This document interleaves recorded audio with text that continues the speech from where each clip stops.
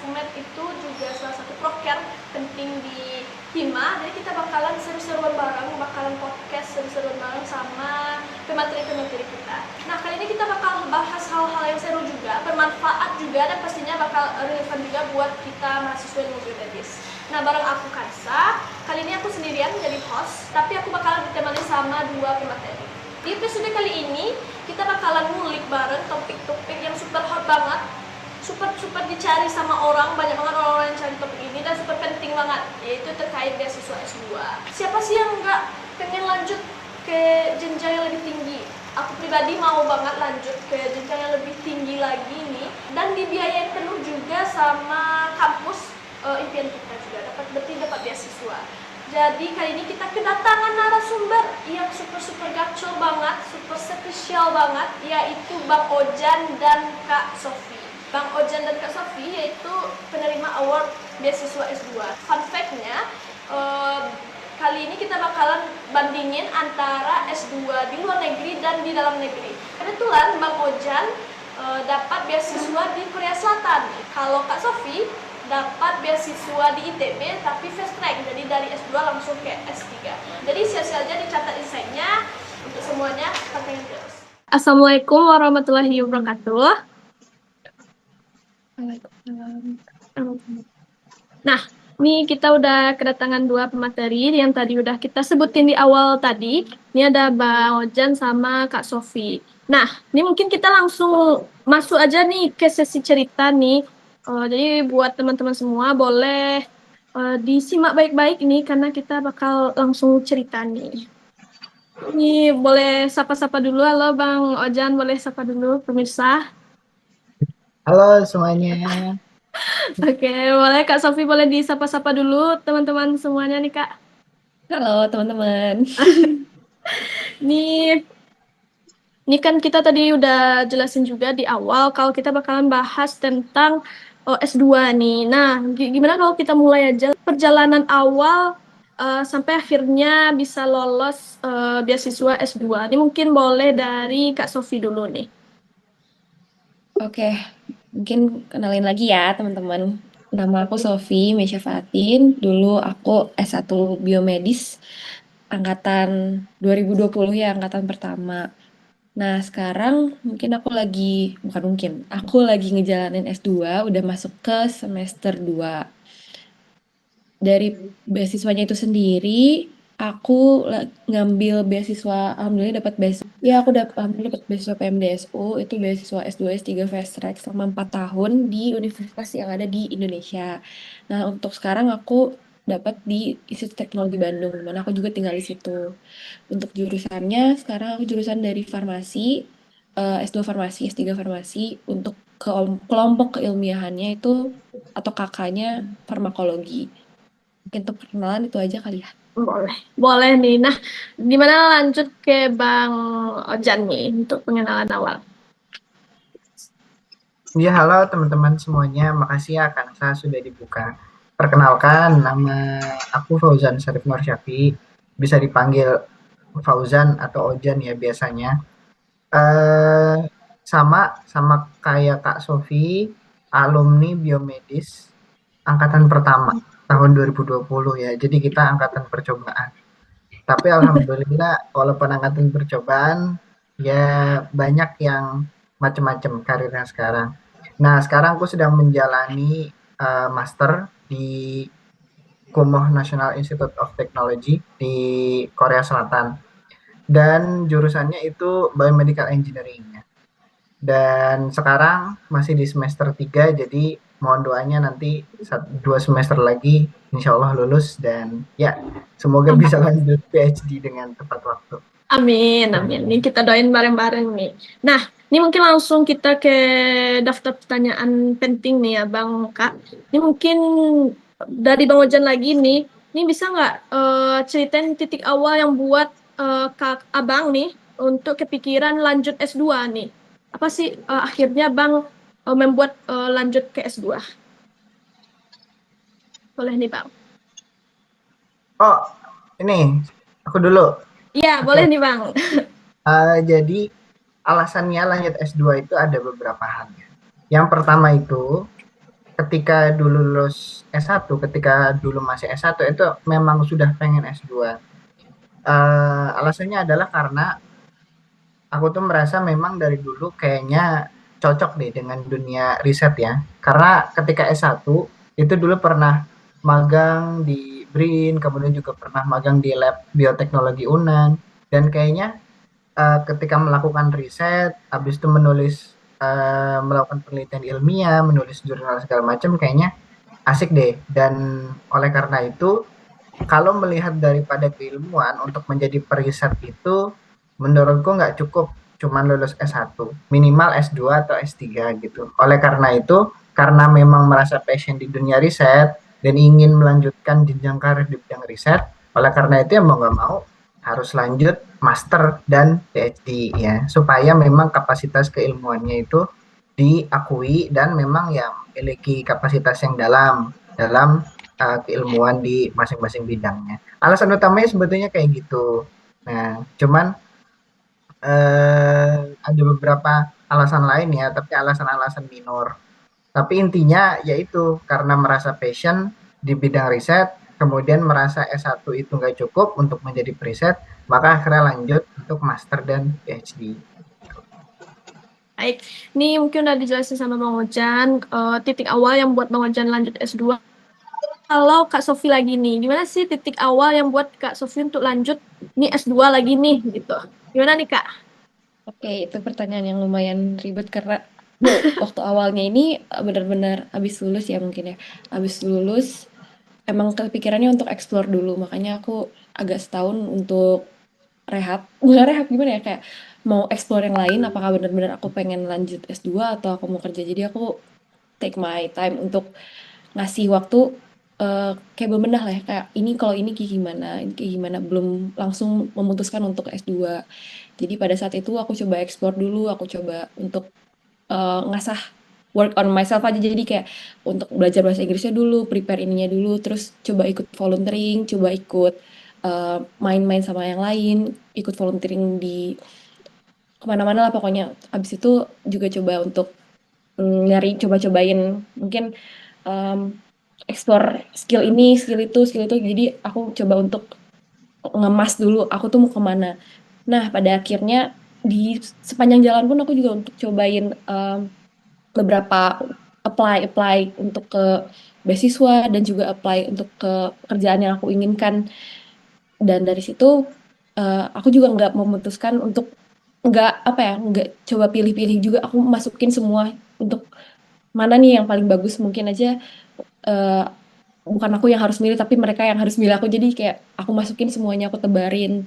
Jadi pada saat itu dari beberapa beasiswa alhamdulillahnya aku dapat beasiswa ini.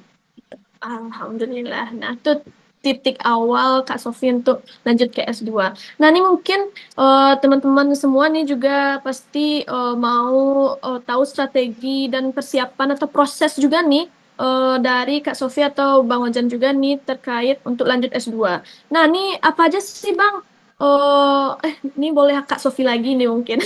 Apa aja sih Kak nih komponen utama yang harus dipersiapkan untuk lanjut ke S2? Tadi juga Kak udah ceritain kalau Kak udah banyak nebar-nebar beasiswa juga ya kemana-mana coba-coba. Boleh nggak sih Kak apa aja yang harus dipersiapkan untuk teman-teman semua yang mau coba nih Kak?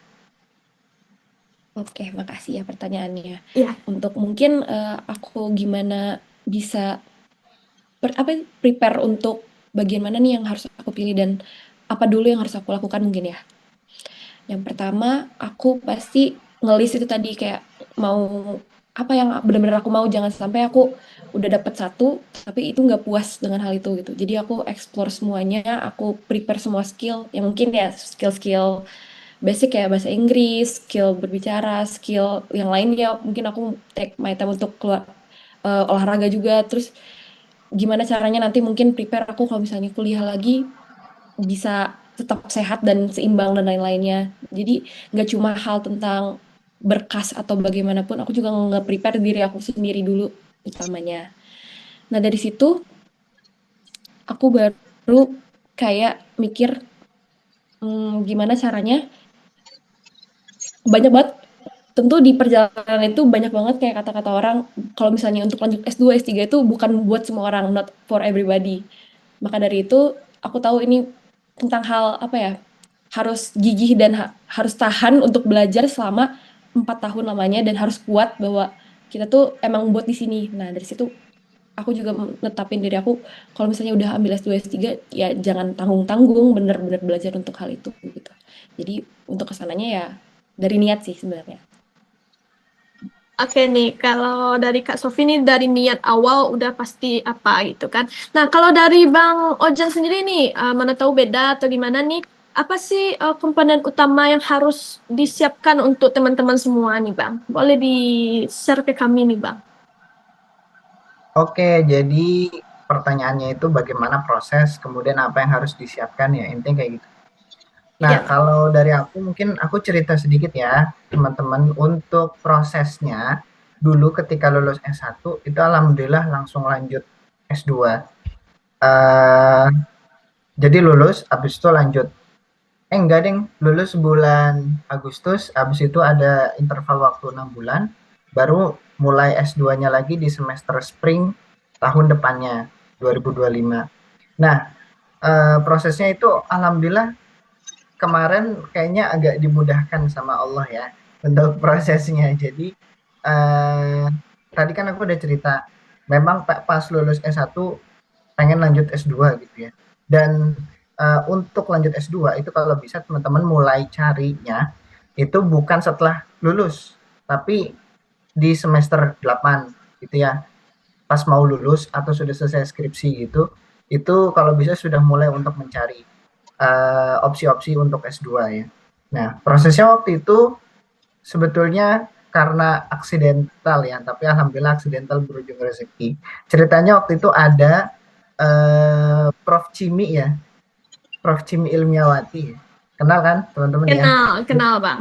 Ya, beliau itu mengadakan, beliau kerjasama ya dengan UTM, University Technology Malaysia, mendatangkan profesor dari sana, namanya Profesor Asnida. Dan Profesor Asnida ini kebetulan waktu itu datang ke Padang dan uh, aku diminta sama Prof. Cimi ya untuk bantu-bantuin acaranya ya, bantu-bantuin acaranya jadi panitia segala macam gitu ya. Nah, kemudian gara-gara itu ikut acaranya, ngobrol lah sama Profesor Asnida itu, ngobrol, ngomongin riset, ngomongin topik penelitian segala macam sampai akhirnya waktu itu ada project sama beliau, ngerjain penelitian sama beliau, dan setelah ngerjain penelitian sama beliau, tiba-tiba beliau nawarin, eh mau gak kamu lanjut S2 gitu? Saya punya teman di Korea, profesor ini gitu. Kalau kamu mau nih, profesor ini lagi nyari mahasiswa, kalau mau nanti saya bantu untuk hubungi. Ya karena waktu itu aku lagi pengen lanjut S2 dan lagi proses ya, why not kan langsung aja. Yo boleh profesor, kalau boleh bisa dihubungi silahkan, boleh untuk saya hubungi gitu. Akhirnya Profesor Asnida hubungi profesor aku yang sekarang di Korea, kemudian besoknya aku hubungi langsung ke dia dan besoknya lagi langsung interview, dan pas interview itu ya udah diterima gitu. Jadi untuk prosesnya sebetulnya ini based on connection ya. Jadi ini pesannya teman-teman nanti yang mau lanjut S2 ke luar negeri gitu ya, coba mendekat sama dosen-dosen yang dia tuh punya pengalaman kuliah di luar negeri gitu ya. Kayak Prof. Cimi, kemudian yang abang tahu ya, Cimi, kemudian Bu Rauza, Bu Hirawati gitu ya, dan lain-lain. Itu kan beliau masih punya koneksi ya dengan orang-orang luar. Itu coba untuk didekati dan minta bimbingannya. Dulu abang aja sama Prof. Cimi ya, waktu itu beliau belum profesor ya, sekarang alhamdulillah sudah profesor. Itu juga beberapa kali kayak di kafe, kemudian diajarin sama beliau itu bagaimana cara menulis statement dan motivation letter untuk email-email ke profesor gitu. Waktu itu juga pernah sekali sama Kak Sofi juga di kafe itu ya, kita kan lagi zaman-zamannya pengen nyari S2 gitu ya, perjuangan lah, ceritanya panjang, itu sama beliau gitu. Itu yang pertama itu, kalau misalnya teman-teman pengen dapat insight-nya, dosen-dosen itu tuh luar biasa, bagus-bagus, cobalah mendekat sama mereka. Kemudian itu untuk ceritanya ya, kenapa bisa lanjut S2. Alhamdulillah ceritanya based on ordal. Nah, kemudian apa yang harus disiapkan untuk S2? Tadi Bang dan aku ini apa? Aku dengar dari Kak Sofi itu bagus banget ya insight-nya. Ketika kita mulai S2 ternyata yang harus disiapkan pertama itu adalah mental, kesiapan diri ya. Karena ya aku ngerasain sendiri ya, terutama dari sudut pandangku yang S2-nya di Korea ya, ataupun dari yang cerita teman-temanku di kampus lain di Korea atau di Cina dan di Jepang. Itu demanding profesornya luar biasa ya. Jadi memang betul-betul S2 itu ketahanan mental tuh harus betul-betul teruji ya. Karena memang betul-betul demand profesornya itu biasanya tinggi-tinggi, khususnya di bidang STEM gitu ya. Standarnya orang-orang di luar gitu ya, atau orang yang Asia Timur kayak Jepang, Cina, Korea itu mereka tinggi gitu. Dan kita harus memenuhi demand tersebut. Kalau yang nggak biasa diberikan pressure tinggi, itu akan sangat kesusahan pasti di awal ketika beradaptasi. Tapi lama kelamaan akan terbiasa. Kalau teman-teman nggak punya mental atau nggak punya niatan yang betul-betul aku pengen S2 karena pengen ikutin orang aja, itu mungkin di awal-awal bisa mental. Karena memang sangat-sangat sulit sekali. Abang aja dulu pas awal-awal wah belajar ngoding dari nol, kemudian jam kerjanya itu Bang jam 9 wajib ke lab, pulang ke rumahnya itu di jam 10 malam, setiap hari dalam semester pertama tuh kayak gitu. Memang betul-betul berat sekali ya. Jadi kalau misalnya teman-teman mau lanjut S2, pertama dikukuhkan dulu niatnya mau ngapain gitu ya. Kalau mau sekedar ikut-ikutan, kayaknya jangan dulu deh ya, takutnya nanti kaget gitu ya. Terutama kalau misalnya pengen ke Korea, Jepang, Cina yang rata-rata demandingnya tinggi. Ya standar mereka tuh tinggi, jadi kita juga harus menyesuaikan standarnya dengan mereka. Kemudian yang kedua adalah persiapan berkas dan persiapan bahasa Inggris terutama ya. Kalau yang mau keluar, tentu yang menjadi paspor untuk studi ke luar negeri itu adalah IELTS kalau nggak TOEFL gitu ya. Ya jadi ini memang istilah yang sangat-sangat masyhur. Kalau misalnya teman-teman pengen ke luar negeri, selagi teman-teman punya IELTS dan TOEFL itu bisa kemana-mana, insya Allah gitu ya. Itu persiapkan bahasa Inggris penting dan berkas ya, baca guideline. Kalau misalnya di Korea sendiri itu kalau misalnya teman-teman pengen lanjut studi master dan PhD, langkah pertama yang harus disiapkan itu sebetulnya adalah mencari supervisor, mencari profesor ya. Bagaimana cara mencari profesor ya? Nah itu silahkan buka di website kampus yang teman-teman ingin cari, atau misalnya ngelihat paper-paper kemudian kita hubungi autornya, mana tahu dia profesor gitu ya. Nah caranya ada banyak lah untuk mencari supervisor, macam-macam ya. Nanti teman-teman bisa kalau misalnya pengen ya bisa konsultasi dengan dosen-dosen pembimbing masing-masing ya, atau dosen-dosen di biomedis yang punya pengalaman ke luar negeri. Dulu abang juga alhamdulillah dibantu sama Prof. Jimmy untuk menyusun statement dan motivation letter. Jadi kalau misalnya kita sudah diterima sama si supervisor, itu tes masuk kampus itu formalitas gitu ya. Jadi kunci diterimanya itu bukan kita daftar sebetulnya, tapi kita diterima sama profesor. Ya, kalau kita sudah di-accept sama profesor, bisa bergabung di lab dia, itu nanti profesornya tinggal nyuruh kita submit berkas begini, so nanti langsung dijadikan sebagai mahasiswa di kampus tersebut. Dan memang kita nanti akan banyak kegiatannya itu sama profesor tersebut, bukan sama kampusnya ya. Jadi kalau at least di Korea yang jurusannya STEM gitu ya, itu kuliah di kampus itu hanya sekedar formalitas gitu ya. Fokus utamanya memang kita kerja di laboratoriumnya profesor tersebut. Jadi intinya seperti itu sih. Yang pertama niat, kemudian menyiapkan berkas dan mencari supervisor. Itu sih 3 poin utama yang perlu disiapkan untuk teman-teman yang pengen lanjut studi di luar. Oke, ini udah Bang Ojan ceritain, yang penting mental nomor 1. Harus siap banget untuk lanjut S2. Nah, ini tadi kita udah bahas, Bang juga sama Kak Sofi juga udah bahas mental nih. Pasti mungkin dari Kak Sofi juga nih tadi yang awal banget bahas mental. Mungkin Kak Sa mau nanya nih Bang, mungkin ada juga teman-teman yang mau nanya juga nih terkait kegagalan nih. Nah, kan kalau gagal nih, pasti mentalnya down banget nih. Pernah nggak Kak Sofi nih mungkin saya tanya langsung, gagal daftar beasiswa, terus gimana sih cara ngehandle-nya gitu nih Kak? Boleh dibantu share nih Kak? Kepo banget nih. Oke, ya kalau misalnya aku mau nambahin yang Ojan dulu tadi ya, yang tentang Boleh. mungkin nambahin tips menang di dari 6 mahasiswa yang daftar ke farmasi, kenapa ilmu biomedis bisa bisa masuk ke dalamnya? Karena Oke. yang daftar ke farmasi ITB itu kemarin dari beasiswa PMDS itu ada 6 orang ke salah satu promotor yang aku tuju ini. Dan enamnya itu 5 di antara itu mahasiswanya tuh farmasi semua karena biomedis kan baru aku juga dan baru angkatan pertama. Jadi yang keterima dari 6 itu 2 orang. Aku sama yang pertama anak farmasi, yang kedua aku. Nah, aku tuh udah sempat ngobrol-ngobrol sama yang ngewawancara dan alasan kenapa diterima biomedis ini karena yang pertama adalah skill nge-lab. Mungkin dari kalian banyak-banyakin untuk skill nge-lab di apa ya, di kampus atau mungkin di tempat magang kalian tadi. Terus eh, benar-benar pelajari promotor kalian tuh di bidang apa. Misalnya aku belajar promotor aku di bidang neurodegeneratif. Ya, walaupun aku nggak tahu itu awalnya aku bukan topik itu, ya aku pelajari aja sebisa mungkin dan coba present ke orang-orang yang wawancara bahwa aku tuh tahu kalau misalnya promotor ini memang lagi mau meneliti hal ini. Jadi aku juga tertarik gitu. Walaupun kita belum tahu metodenya apa, pasti kita belum tahu metodenya apa dan juga pasti bakal ada perubahan-perubahan nantinya kalau di dunia riset itu hal biasa ya. Dan untuk ya mungkin itu ya untuk wawancara gimana caranya bisa menang di antara mahasiswa farmasi itu kan nggak mudah juga karena ada perbedaan-perbedaan dari biomedis yang awalnya nggak ngomongin dosis tiba-tiba ngomongin gimana caranya ini jadi produk farmasi, produk dan lain-lain. Itu juga harus ada skill untuk tiba-tiba kita bisa untuk menjelaskan hal itu. Mungkin itu ya untuk dari persiapan berkas.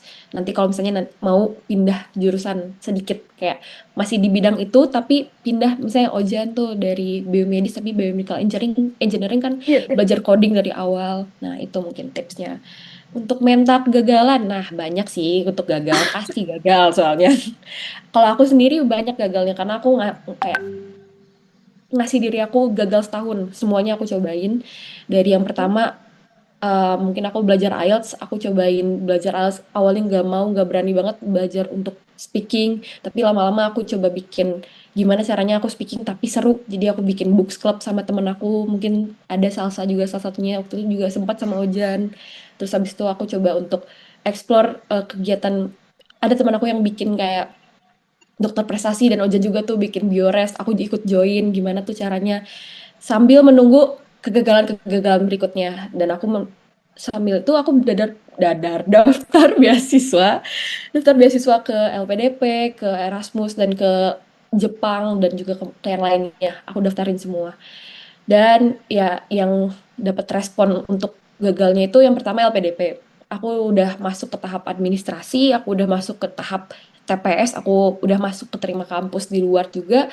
Namun di wawancaranya aku belum bisa karena aku belum tahu skill tadi gimana cara kita bukan kelihatan ya, benar-benar mendalami ilmu yang akan kita pelajari. Waktu itu aku ngambil biomedical science juga di Inggris Glasgow sama di Birmingham, ditanyain kenapa kamu mau milih ini di situ niatnya belum kuat karena yang aku pikirkan ya karena aku sejalan karena aku tahu pasti ini bisa bla bla bla ternyata nggak cuma hal itu kepedean kita juga pun belum tentu cukup yang dipersiapkan itu yang dinilai juga adalah preparation gimana kita nge-prepare untuk memecah target yang besar menjadi target-target yang kecil kayak untuk menggigit burger yang gede ya kita gigitnya pelan-pelan dong gitu nah dari situ em, aku belum tahu jawab apa, aku belum tahu juga mempelajari secara lebih. Mungkin aku terlalu fokus untuk keterima beasiswa, dan aku udah dapat nilai ini. Pokoknya terlalu fokus terhadap eh, step-step yang mungkin lebih ke beasiswanya. Ternyata aku belum tahu nanti pas aku udah dapat beasiswa tuh mau apa. Jadi kayak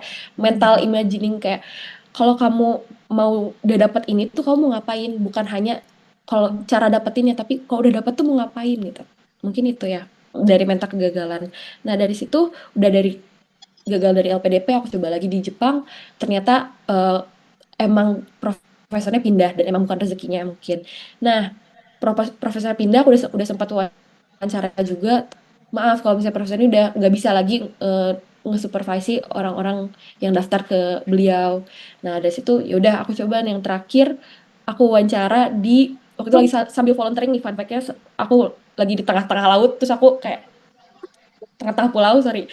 Aku wawancara sama dosen bukan dosen, kayak asisten dari dosennya, karena profesor yang di ITB-nya sendiri udah jadi menteri saat itu, bukan menteri, sorry, direktur eh, Kem- Kementerian Pendidikan. Nah, dari situ jadi aku diwawancari sama asistennya. Dari situ aku nggak presentasi, bla bla bla bla. Ya rating tulus lah intinya. Tapi aku udah mempelajari bahwa farmasi itu seperti ini, setahu aku. Nah, dari situ udah akhirnya aku beberapa tanggal 8 Agustus 2025 pengumuman kalau misalnya aku diterima dari kegagalan-kegagalan selama 1 tahun dan explore lainnya. Ini teh.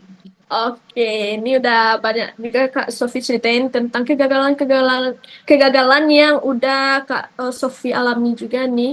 Ini mungkin kita banyak belajar juga nih dari Kak Sofi. Nah, mungkin gimana kalau Bang Ojan lagi nih ceritain tentang apa aja sih kegagalan yang pernah Bang Ojan alami? Kan fun fact-nya Bang habis tamat langsung nih, berapa bulan langsung lanjut S2 di luar negeri. Tapi pernah nggak Bang ngalamin kegagalan juga nih? Atau gimana cara Bang nge-handle-nya gitu? Sampai Bang kayaknya nih nggak ada kegagalan gitu. Boleh nih Bang di-share.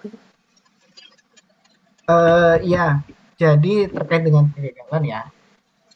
Sebelum aku dapat di Korea ini, sebetulnya sebelum mulai gitu ya, maksudnya sebelum dapat itu sudah mencoba beberapa profesor lain ya. Di Jepang terutama waktu itu nyobain, waktu itu ada kayak program-program magang di Jepang, magang riset, kemudian juga coba cari-cari profesor dan memang email-email profesor. Kalau nggak salah waktu itu ada berapa ya? Lupa aku, ada beberapa profesor yang udah dihubungi gitu ya. Tapi memang nggak ada yang betul-betul diterima gitu ya. Atau nggak ada yang betul-betul dibalas. Ada yang dibalas tapi dia jawab, maaf, lab saya sudah penuh, jadi saya tidak menerima mahasiswa gitu-gitu. Itu kan proses dari kegagalannya. Nah, cuman setelah itu alhamdulillah prosesnya cukup kilat juga waktu itu, agak agak nggak nyangka juga secepat itu buat dapat apa koneksi di Korea gitu. Nah, intinya dari proses kegagalan tersebut gitu ya. Oh iya, dulu juga pernah sempat ya gagal karena deadline-nya itu kita telat. Deadline-nya itu kita nggak baca deadline dengan benar gitu ya. Dulu abang pernah sempat pengen daftar magang riset di Kumamoto, Jepang gitu ya. Nah, tapi kan di guideline-nya itu terakhir tanggal misalnya terakhir hari ini gitu ya. Hari Oke. ini itu kan berakhir di jam 24, di jam 00 ya maksudnya. Ya. Cuman kan di Jepang dan di Indonesia itu kan waktunya beda 2 jam ya. Sama di Korea, di Jepang itu waktunya beda 2 jam nih sama Indonesia gitu ya. Sehingga waktu itu kita ngiranya ya jam 12 ya jam 12 Indonesia, dengan sangat bodohnya waktu itu ya. Jadi kira jam 12 itu jam 12 Indonesia. Ternyata jam 10 sudah tutup gitu ya. Dan itu kayak kita udah nyiapin berkas segala macem, udah nyiapin statement, udah pokoknya bikin proposal gini-gini. Ternyata gara-gara keteledoran itu apa jadinya nggak sempat untuk daftar dan ya akhirnya gagal. Nah, mungkin dari sana belajar bahwa ketika teman-teman ingin mendaftar sesuatu, itu coba semaksimal mungkin pahami dulu aturan mainnya gitu ya. Memang proses itu sebetulnya mudah-mudah tapi gampang, mudah-mudah tapi ribet gitu ya. Memahami proses itu penting gitu ya. Jadi misalnya nih mau mendaftar ke beasiswa apa, beasiswa A, beasiswa B, beasiswa C. Itu pahami dulu guideline-nya, kemudian kualifikasinya segala macam. Karena apalagi kalau misalnya teman-teman daftar beasiswa ke Jepang atau ke Korea gitu kayak Max atau GKS, Global Korean Scholarship, itu kan berkas yang disiapkan itu nggak murah gitu. Untuk daftar itu nggak murah nih. Oke, ya. Untuk daftar itu nggak murah gitu ya. Jadi kita memang harus ada modal dulu. Modalnya apa? Nyiapin berkas. Nyiapin berkas tuh nggak murah ya. Ada buat translate ke bahasa Inggris, kemudian ada notaris, kemudian ada apostil. Itu kalau di total bisa jutaan. Dan IELTS pun kan berapa sih IELTS tuh? 3 juta ya. IELTS tuh 3 juta misalnya. Itu nggak murah. Jadi teman-teman memang baca aturan mainnya tuh harus benar. Jangan sampai berkas yang udah disiapin keluar uang berjuta-juta gitu, bisa sampai 10 juta untuk nyiapinnya gitu ya. Tapi gagal karena nggak membaca deadline dengan baik. Intinya kayak gitu kalau dari yang pengalaman abang itu tentang pendaftaran. Dan kalau misalnya dibilang gagal, sebetulnya setiap setiap manusia tentu pasti akan pernah gagal gitu ya. Tapi aku ingin berpesan untuk menjadikan kegagalan itu bukan sebagai sesuatu yang menghambat, tapi memang betul-betul jadi sesuatu yang memicu ke depannya gitu ya. Ketika S1 dulu aku juga sering gagal gitu ya. Gagalnya macem-macem ya. Ada ikut lomba terus nggak menang gitu ya. Pertama ikut lomba nggak menang. Nah, tapi dari sana kan kita belajar misalnya bagaimana untuk mengovercome ketidakmenangan kita gitu, atau bagaimana untuk men-tackle bolong-bolong yang kita punya gitu. Nah, itu harus dipelajari. Jadi setiap teman-teman gagal itu jangan cuman sekedar gagal dan jadikan motivasi doang, tapi juga pelajari kegagalannya di mana. Kita harus upgrade gitu ya. Setelah kita gagal, oh kita tahu salahnya di mana gitu ya. Bahkan abang aja nih sekarang beberapa kali gagal dalam misalnya kemarin nulis paper gitu ya. Kemudian di jurnal Q1 itu kan ketat ya. Itu kena reject ya, kena reject. Reject yang pertama, kemudian sekarang kena major revision. Nah, itu dari sana sebetulnya pertama kali aku kena reject itu sebetulnya agak sedikit jiper ya. Karena profesor kok nyuruhnya jurnal Q1 gitu ya. Udah tahu Q1 susah gitu. Nah, cuman waktu itu dimotivasikan sama profesor. Kalau misalnya kita di reject, kita gagal gitu ya. Itu bukan kita tuh mundur. Kalau misalnya kita mundur, paper kita nggak akan pernah terpublish gitu ya. Nah, tapi kalau misalnya kita gagal, kita reject, kita harus belajar dari kegagalan itu. Kira-kira salahnya di mana? Jadi ketika kita maju nanti, itu akan lebih siap ya. Kalau kata Fahri, ya tahu Fahri ya? Fahri di film Ayat-Ayat Cinta itu bilang gini, lebih baik mundur 1 langkah untuk maju 1000 langkah daripada kita terus maksa untuk maju tapi ujung-ujungnya akan menghabisi diri kita sendiri. Lebih baik kita mundur, gagal sekali, tapi kita kayak dormansi untuk persiapan maju 1000 langkah ke depan. Gitu. Nanti ada pertanyaan ini nggak, Hansa, tentang tips Apa, Bang? wawancara? Bang tadi mau ngomong Ada Bang, ini pas banget setelah ini kami mau nanya tentang apa aja sih tips-tips untuk interview nih Bang. Soalnya kan kita udah bahas juga tadi Kak Sofi juga tiba-tiba di tengah laut wawancara, terus juga mungkin Bang Ojan juga mau bantu. Boleh langsung aja nggak sih kita ke pertanyaan, apa sih tipsnya nih Bang biar ngeyakinin prof-prof yang di luar sana nih Bang. Boleh nih Bang dibantu share nih. Oke. Tips wawancara ya, ini penting ya untuk teman-teman yang ingin lanjut ke luar negeri. Pertama harus melalui proses ini dulu. Email profesor, kemudian kita akan wawancara dengan profesor tersebut. Nah, ini based on pengalaman aku sendiri ya.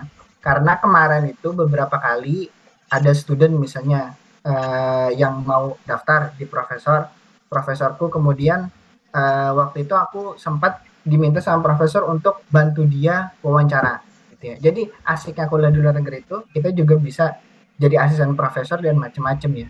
Termasuk jadi teaching assistant, tau gak? Teaching assistant kayak asdos. Jadi kayak ngajar anak-anak S1 gitu. Orang-orang Korea yang S1, profesor kita punya matkul, kemudian kita bantu untuk ngajar anak-anak S1.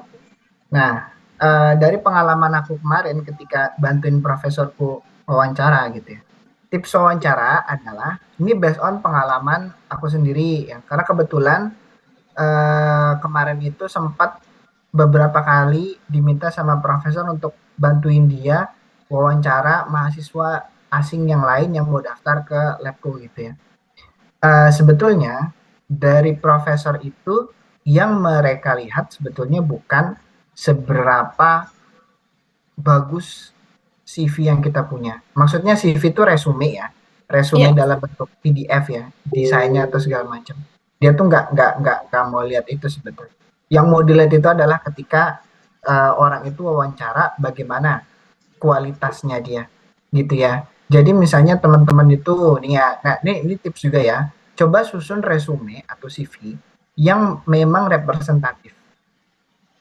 Jadi kalau bisa resume itu maksimal 2 halaman. 1 halaman itu bagus, 2 halaman lah maksimal. Jangan yang panjang, gitu. Macam-macam prestasinya. Apa juara mengaji di masjid itu kayaknya nggak perlu untuk dimasukkan. Juara makan kerupuk 17-an kayaknya nggak perlu Oke. ya. Jadi memang betul-betul kalau misalnya kita daftar S2, CV-nya itu memang masukkan prestasi yang terkait dengan bidang akademik, misalnya kayak lomba literatur review atau lomba apa riset segala macam itu boleh silahkan, pengalaman magang di mana itu boleh silahkan gitu ya. Tapi kalau bisa yang nggak penting itu silahkan untuk dihapus, dan juga nggak semua, coba yang representatif aja maksimal 2 halaman, karena memang profesor itu mereka nggak ada waktu untuk bacain CV teman-teman ya, apalagi yang panjang gitu ya, mereka akan malas ya, ngapain mereka harus baca CV-nya panjang-panjang, itu nggak perlu. Nah, kemudian yang kedua adalah ketika kita wawancara, pastikan bahwa memang yang ada di resume kita itu sesuai dengan apa yang kita punya. Contoh misalnya gini, gitu ya. Kita nulis di resume itu skillnya bisa skillnya apa misalnya? Skillnya bisa melakukan rekayasa DNA gitu ya, DNA rekombinan membuat plasmid gitu ya. Itu memang betul-betul teman-teman harus kalau misalnya berani nulis itu, memang betul-betul kita tuh kuasai skillnya, karena itu akan ditanya ketika wawancaranya.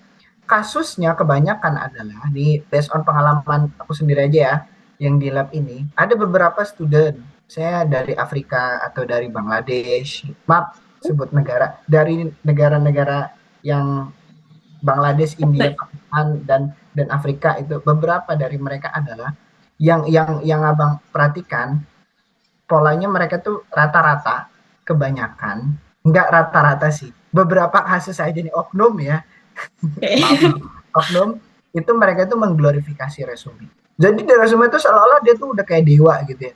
Kayak wah bisa semuanya ya, in silico bisa, in vitro bisa, in vivo bisa ya, studi klinis bisa, oh udah kayak dewa dia. Bisa semuanya. Keahliannya tuh 100% dia bisa. Pokoknya di bidang apapun saya bisa gitu ya. Nah, tapi ketika ditanya, ini kamu nulis kamu keahlian eh, punya skill tentang kardiovaskular. Kemudian ditanya, apa yang kamu ketahui tentang bidang ini? Nah, dia nggak bisa jawab misalnya. Kayak, iya saya tahu tapi saya tidak mendalaminya. Saya hanya tahu. Nah, kalau begitu itu udah pasti dicoret ya. Karena dianggapnya fraud. Dianggapnya itu glorifying resume gitu. Jadi terlalu mengglorifikasi resume dan nggak hanes gitu, nggak jujur. Nah itu profesor pasti nggak suka banget sama orang kayak gitu. Jadi intinya kalau itu apa adanya. Ketika kita wawancara apa adanya, apa yang kita punya. Kalau kita nggak tahu bilang nggak tahu. Karena memang orang terutama Asia Timur ya, mereka tuh lebih suka ngobrol sama orang kalau dia nggak tahu ya dia nggak tahu. Daripada dia tuh nggak tahu tapi dia sok tahu, jadi proses diskusinya tuh makin panjang. Itu nggak suka banget orang sini gitu ya. Jadi itu yang pertama, resume itu representatif dan pastikan memang merepresentasikan skill yang kita punya. Memang betul-betul yang kita kuasai itu yang kita tulis ya. Nah, bagaimana kalau misalnya kita nggak menguasai apapun? Atau bagaimana kalau misalnya resume kita nggak, misalnya experience-nya nggak punya gitu ya. Ya, kalau experience-nya nggak punya atau prestasi nggak punya segala macam, sebetulnya satu-satunya cara adalah perbanyak dulu sebelum sebelum wawancara, itu caranya perbanyak dulu. Misalnya nih, teman-teman yang masih kuliah S1, perbanyak ikut lomba, perbanyak ikut magang, perbanyak ikut kegiatan segala macam gitu ya. Karena dengan itu kita akan menghiasi CV kita gitu. Misalnya ikut lomba lah kayak literatur review kayak, atau misalnya apa riset kayak karya ilmiah, itu silahkan ikut sebanyak-banyaknya ya, supaya bisa mendekorasi CV kita. Itu yang selanjutnya. Intinya jawab sesuai dengan apa yang kapasitas kemampuan kita, jangan melebih-lebihkan gitu ya. Dan selanjutnya adalah, ini tips juga ya, ternyata profesor-profesor itu mencari mahasiswa bukan berdasarkan siapa yang paling bagus, tapi siapa yang paling dia butuhkan. Ini triknya, ini sebetulnya yang agak tricky ya dalam mencari profesor ya. kadang kita tuh bagus daripada kandidat yang lain, tapi karena dia tuh nggak terlalu butuh kita, akhirnya yang dipilih orang lain gitu ya. Mungkin kasusnya mirip ya dengan Kak Sofi tadi ya. Karena Kak Sofi biomedis jadinya dipilih karena punya kemampuan wet lab. Nah, ini sebetulnya profesor-profesor di sini pun di Korea, mereka tuh akan mencari student based on apa yang dia butuhkan. Ya, misalnya contoh profesor tuh rata-rata kan mereka punya grand riset. Nah, kemudian misalnya student di labnya tuh belum ada yang bisa melakukan itu, sehingga dia tuh ingin mencari mahasiswa yang bisa ngerjain itu gitu ya. Nah, itu memang dicari. Itu memang yang dipilih itu akan sesuai dengan yang dia butuhkan gitu ya. Nah, tipsnya bagaimana untuk mengetahui profesor ini apa yang dia butuhkan adalah yang pertama, kalau misalnya di lab tersebut ada orang Indonesia, itu hubungi coba orang Indonesia gitu ya. Misalnya nih teman-teman mau daftar beasiswa labnya di Korea gitu ya. Coba lihat di lab itu ada orang Indonesia apa enggak. Ya, kalau misalnya ada orang Indonesia atau enggak, kalau misalnya ada, itu silahkan dihubungi. Apabila tidak ada gitu ya, orang luar semua atau orang asing semua, caranya bagaimana? Caranya adalah coba kita lihat dari publikasi profesor tersebut. Karena dengan kita melihat publikasi profesor tersebut, kita akan bisa melihat bidang yang profesor itu sedang geluti itu apa, gitu ya. Ini uniknya profesor di Korea itu adalah mereka itu sangat mudah untuk berpindah domain keilmuan. Nih ya, kalau Abang perhatikan ya, kalau profesor di Indonesia rata-rata ketika mereka punya spesialisasi di bidang keilmuan tertentu gitu ya, mereka itu akan stick pada keilmuan itu. Contoh misalnya neurodegeneratif, profesornya Kak Sofi, bener ya? Itulah misalnya contoh. Eh, kalau misalnya punya bidang di neurodegeneratif, pasti kajiannya akan terkait dengan itu gitu. Tapi kalau di Korea, itu ternyata Bang temui agak sedikit berbeda. Di sini itu profesor pada ambisius. Misalnya ini contoh, bidang dia itu kardiovaskular gitu. Tapi dia tiba-tiba karena grand risetnya Korea itu sekarang itu lebih ke kayak virtual cell atau segala macam. Akhirnya profesor-profesor di sini yang mau nggak mau harus mereka belajar lagi. Jadi memperluas domain keilmuan mereka. Makanya jangan kaget kalau misalnya nemu profesor di Korea itu jadi orang yang multidisipliner. Ya, tau gak? Multidisipliner itu orang yang bisa berbagai bidang dan menguasai berbagai bidang. Itu karena ambisiusnya mereka itu ketika trennya berubah, mereka pun harus ngikutin tren gitu. Mereka tuh nggak mau stick pada satu bidang keilmuan. Tapi tentu trennya itu akan menyesuaikan dengan bidang keilmuan dia. Ya misalnya contoh profesor di bidang sosial kan nggak mungkin lompat ke STEM gitu ya. At least kalau misalnya sama-sama di biomedis, kalau pindah dari neurodegeneratif ke misalnya ke reproduksi, ya why not kalau misalnya dia bisa belajar gitu, walaupun nanti akan banyak belajar dan belajar itu pun akan bareng-bareng dengan mahasiswa. Itu uniknya. Jadi kayak gitu. Kalau kita ingin mengetahui profesor itu butuh apa, pertama cari orang Indonesia, kalau nggak ada lihat publikasinya. Nah, insya Allah dengan tips-tips itu kalau misalnya teman-teman memang betul-betul lakukan dengan baik gitu ya, untuk persiapannya insya Allah nanti akan diterima lah. Dan ketika wawancara itu pastikan kita memberikan impresi yang bagus ya, impresi yang bagus ya. Kalau misalnya profesornya orang Cina gitu ya, coba ini tips yang nggak banyak orang tahu ya. Memberikan impresi bagus itu akan membuat profesor itu senyum-senyum sampai akhir. Ya. Kadang orang kalau misalnya ketemu di awalnya tuh udah jelek, dia tuh akan kayak, alah ini orang nggak benar nih, gitu. Ya, kayak gitu. Tapi kalau misalnya pertama kayak, misalnya contoh nih, ke profesor Korea, baru mulai langsung, annyeonghaseyo, banget sumida. Kita orang Indonesia, tapi kita nggak bisa bahasa Korea. Tapi kita sok-sok bukan pakai bahasa Korea. Annyeonghaseyo, kyusunim. Terus coba ngomong pakai perkenalannya pakai bahasa Korea deh kayak. Ya, coba nanti dipelajari. Annyeonghaseyo, kyusunim, neiremen, misalnya siapa? Hansai Rago Hamida gitu. Nanti profesor, kamu bisa bahasa Korea? Nggak bisa, saya cuma persiapan ini doang gitu. Itu profesor kayak lucu gitu. Dan akhirnya memberikan impresi yang bagus sampai di akhir.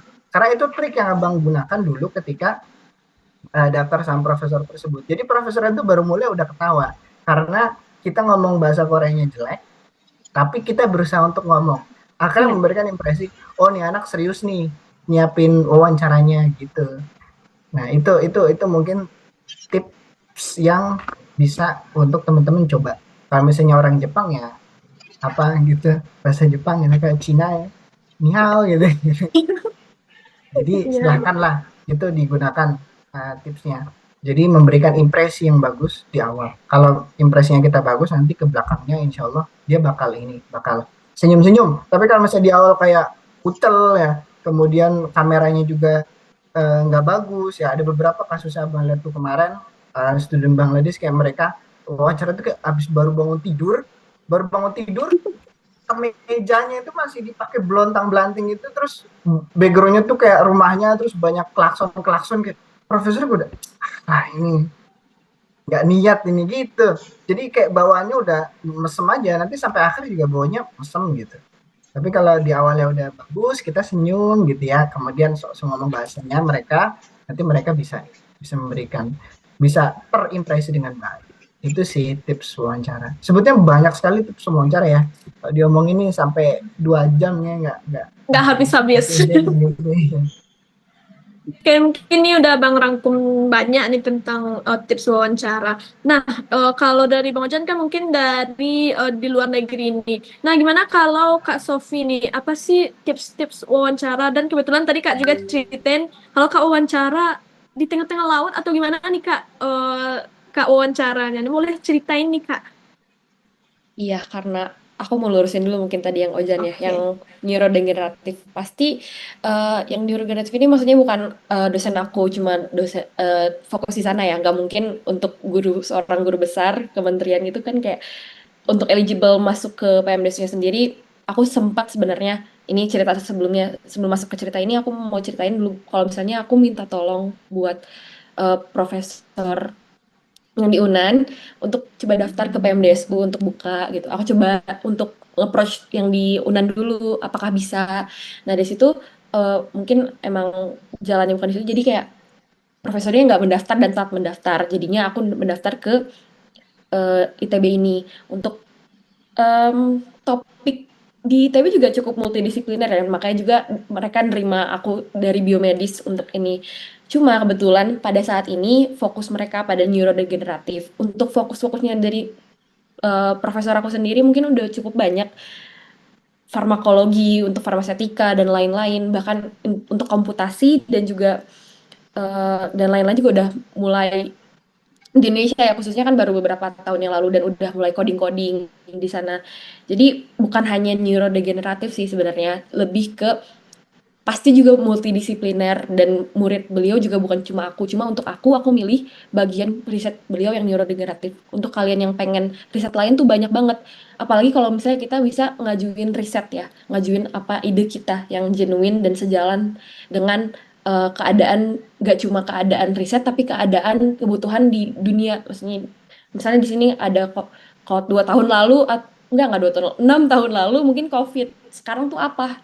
Apakah kayak Ojan biomedical engineering di situ juga udah ada banyak banget dosen-dosen di sana yang lulusan Cambridge, lulusan Japan dan lain-lain dan Korea juga banyak di sana tuh yang emang kayak udah mulai ngembangin organ on chip dan lain-lain. Tapi mungkin untuk fasilitas di Indonesia ya mungkin ya belum dan baru memulai untuk di sini tahun aku udah ada di farmasi ini udah ada lab yang lumayan terintegrasi ya. Kalau di aku lab selnya yang bisa bikin organ on chip. Belum sampai situ mungkin masih mengembangkan dan juga lab hewannya juga udah lumayan bagus sih, udah terpisah sendiri dan ya kalau untuk kalian yang pengen eksplor nggak cuma topik satu topik bisa juga ke sana mungkin. Tadi juga aku untuk wawancara sendiri ya balik topik pertanyaannya tadi selain aku udah dapat belajar dari gagal, aku tuh sebenarnya ketika eh, alhamdulillah berhasil mendapatkan beasiswa ini tuh aku inget pasti gara-gara satu karena aku seneng. Aku ngejalaninnya udah mulai seneng, udah mulai kayak kayaknya aku seneng deh, aku mau deh beneran dapat ini, aku udah dapat niatnya, udah dapat ini, terus aku ngejalaninnya pas lagi volunteer. Jadi bukannya malah jadi tekanan, pada saat itu aku malah jadi makin enjoy, tenang. Ya udah jawab aja sebisa aku dan aku juga udah prepare karena aku udah gagal banyak nih. Jadi checklistnya udah aku banyakin di situ. Jadi oh ya udah ini yang kurang ini yang tambah. Selain itu banyakin hands on. Tapi hands on di sini pesan aku bukan cuma hands on di lab. hands on di Canva, hands on di copywriting, hands on di making video, hands on juga untuk speaking, untuk gimana caranya kita mengolah kata-kata. Di situ banyak banget ngambil pengalaman dari aku, nggak cuma ngambil pelajaran dari BRIN misalnya. Aku pernah magang di BRIN. Di situ apa ya yang bisa, oh ternyata waktu presentasi aku masih gagu, takut banget untuk salah. Padahal ya udah, salah mah salah aja, semua orang pasti salah, semua orang pasti kecewa. Ya udah, tapi gimana kita ngambil kecewanya itu jadi sesuatu yang unik, niche-nya apa nih gitu. Misalnya aku suka copywriting, aku suka Canva, gimana caranya kanvanya tuh ciri khasnya ada di aku. Nah, dari situ aku masukin semua, aku olah dari wawancara, aku present apa yang aku suka dan dengan gaya style aku sendiri. Nah, dari situ aku seneng, seneng, seneng, seneng. Mungkin dari situ emang kayak, oh ini udah sejalan nih sama orangnya, orangnya juga udah punya suatu karakter yang emang bisa dia jalanin, gak cuma pengen riset doang. Semua orang mungkin beasiswa ya udah pengen riset, riset apa? Kamu punya apa gitu. Jadi preparationnya sih sebenarnya banyakin hands on, pesan dari aku hands onnya nggak cuma di lab, tapi hands on main-main kayak Ojan tadi mungkin gagalnya di awal di lomba, tapi kesananya menang terus kan gitu. Kesannya udah kayak oke, kita udah punya flow-nya nih, udah punya kayak udah sekali gagal turun naik turunnya tuh gampang kok. Walaupun gagal ya udah pernah gagal juga, udah pernah menang juga gitu. Jadi ya mungkin itu make it fun aja untuk semua wawancaranya yang akan dijalani untuk teman-teman nantinya kalau mau ambil S2 ataupun ya ada karir lainnya. Oke nih, yang penting dari keduanya nih Kansa dapat banget kalau misalnya kita harus kasih impress yang baik juga ke yang mau wawancara kita juga nih, harus enjoy juga ngejalaninnya. Nah, ini mungkin tadi kita udah bahas nih, orang-orang juga udah tahu kalau misalnya Kak Sofi ini lanjut S2-nya di ITB dan S3 langsung, dan Bang Ojan juga di Korsel. Nah, ini apa sih yang aspek yang harus dipertimbangkan nih sebelum milih di luar negeri dan di dalam negeri. Kebetulan juga tadi Kak Sofi juga bahas kalau misalnya Kak Sofi juga udah apply di Jepang juga beberapa juga. Nah, apa aspek yang harus dipertimbangkan nih Kak? Mungkin dari Kak Sofi dulu nih karena tadi udah disinggung juga nih Kak. Oke, berarti aspek dalam kenapa aku milih luar dan luar negeri. Benar Pertama, Kak. ya, pertama mungkin gini kan, aku pertama milih luar negeri karena aku pengen explore dunia luar. Kayak ya pasti budayanya beda. Beberapa kali mungkin aku pernah volunteer juga ke Malaysia dan Singapura, itu pun walaupun mereka deket, oh ada bedanya nih, dikit-dikit ada bedanya nih. Mereka lebih accept banyak kultural dibanding Mm-mm. mungkin kalau dibanding kita ya. Terus udah gitu, oh ya ini rame sih, makanya aku pengen banget ke luar negeri. Nah udah gitu, udah aspeknya ini udah luar negeri, siapa sih yang nggak mau untuk belajar dan kita lingkungan di sana. Nah, kalau untuk S3 sendiri, di dalam negeri sendiri aku nggak mau tanggung-tanggung. Highlight point aku, kalau misalnya aku di dalam negeri, aku nggak mau tanggung. Ya udah sampai S3. Jadi aku nggak ngambil beasiswa S2 di Indo. Aku ngambil beasiswa S3. Itu mungkin cara berpikir aku ya. Karena di PMDSU ini sendiri ada program juga exchange untuk selama beberapa 6 bulan ke negara yang kita inginkan nantinya. Ketika ketika aku udah eligible, pasti ada cek bahasa Inggrisnya lagi. Nanti aku pasti harus prepare nanti di sana mau ngapain, dan harus sudah punya paper yang harus aku di sana tuh mau ngapain gitu. Jadi aku nggak mau tanggung kalau misalnya dalam negeri aku mau sampai S3, paling ujungnya mau postdoc juga nanti bisa ke luar negeri. Kalau S2 emang aku fokusnya untuk explore di luar negeri. Aku pengen main dalam artian aku pengen nyobain semuanya. Mau itu di riset, mau di hands on, mau itu berkolaborasi, aku pengen di luar negeri itu. Kalau di Indonesia balik lagi, aku pengen sampai titik paling tingginya. Mungkin itu. Oke.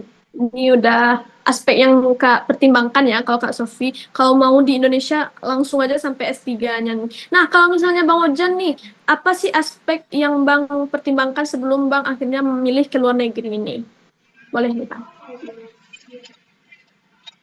Ya, kalau dari sisi aspek apa yang dipertimbangkan, sebetulnya kenapa pengen ke luar negeri ya karena itu luar negeri. Ya. Jadi kenapa pengen ke luar negeri karena itu luar negeri. Diksi luar negeri itu macam-macam. Kan luar negeri itu Timur Leste pun luar negeri, Iya. Papua Nugini pun luar negeri. Iya. Tapi kita perlu menentukan negeri mana yang ingin kita tuju, ya. Contoh misalnya teman-teman ini gak apa-apa motivasinya misalnya suka nonton anime terus pengen bisa bahasa Jepang, kuliah aja ke Jepang, nanti ketemu anime kok di sana.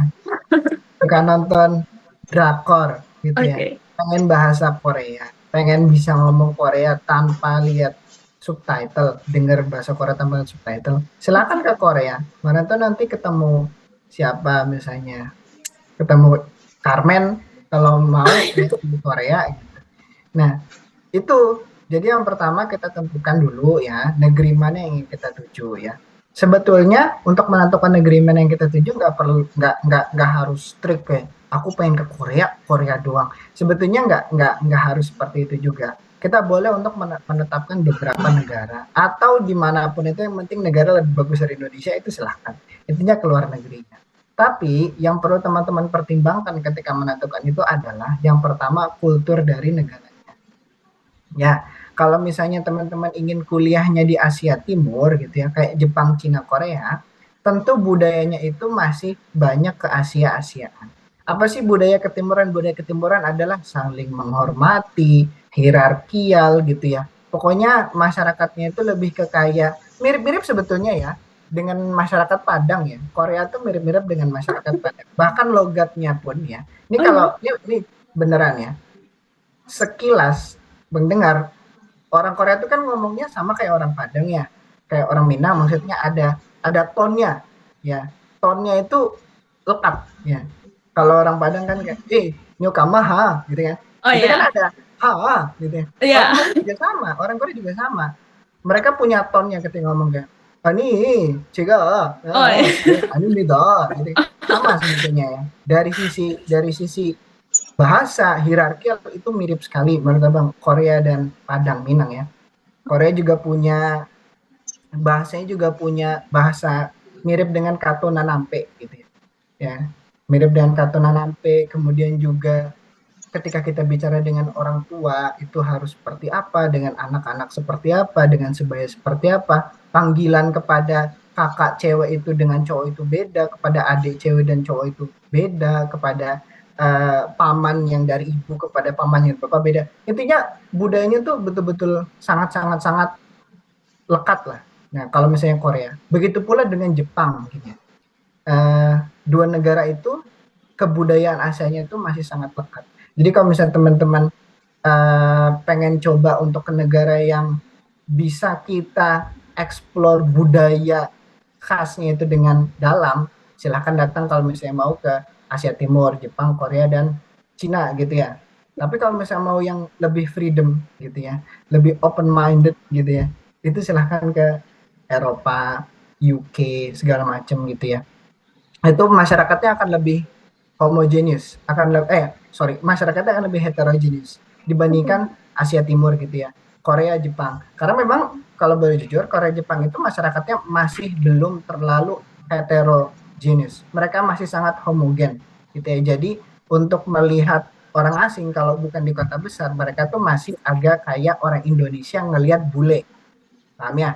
Tapi kalau misalnya di Eropa, mungkin kalau Eropa-Eropa yang udah di besar kayak Prancis gitu-gitu, Inggris, masyarakatnya sudah sangat-sangat heterogen, jadi mereka akan kayak ya maksudnya beda lah gitu ya.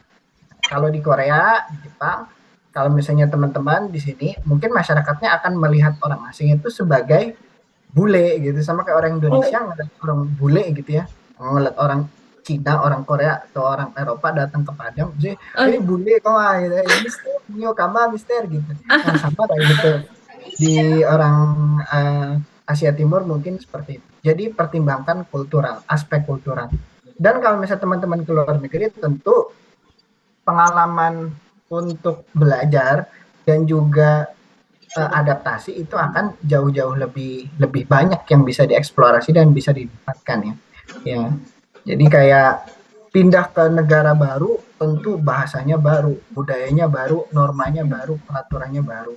Kalau misalnya teman-teman suka dengan itu, silahkan ke luar negeri gitu ya.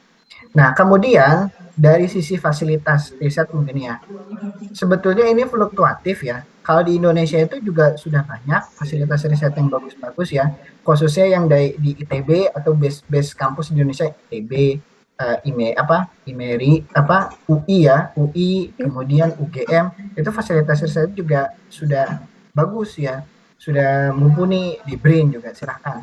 Nah, tapi kalau di luar negeri itu memang kalau teman-teman ngincer fasilitas riset itu bisa dipastikan memang rata-rata sudah mumpuni ya. Khususnya kalau di Asia Timur dari Korea, Jepang, Cina gitu ya. Cina tuh memang betul-betul sekarang ini banget ya.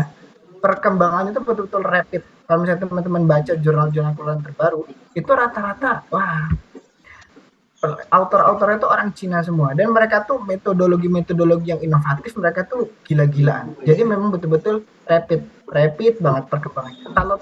Kalau trennya di Asia Timur ya, ini abang baca dari koran terbitan lokal Korea ya.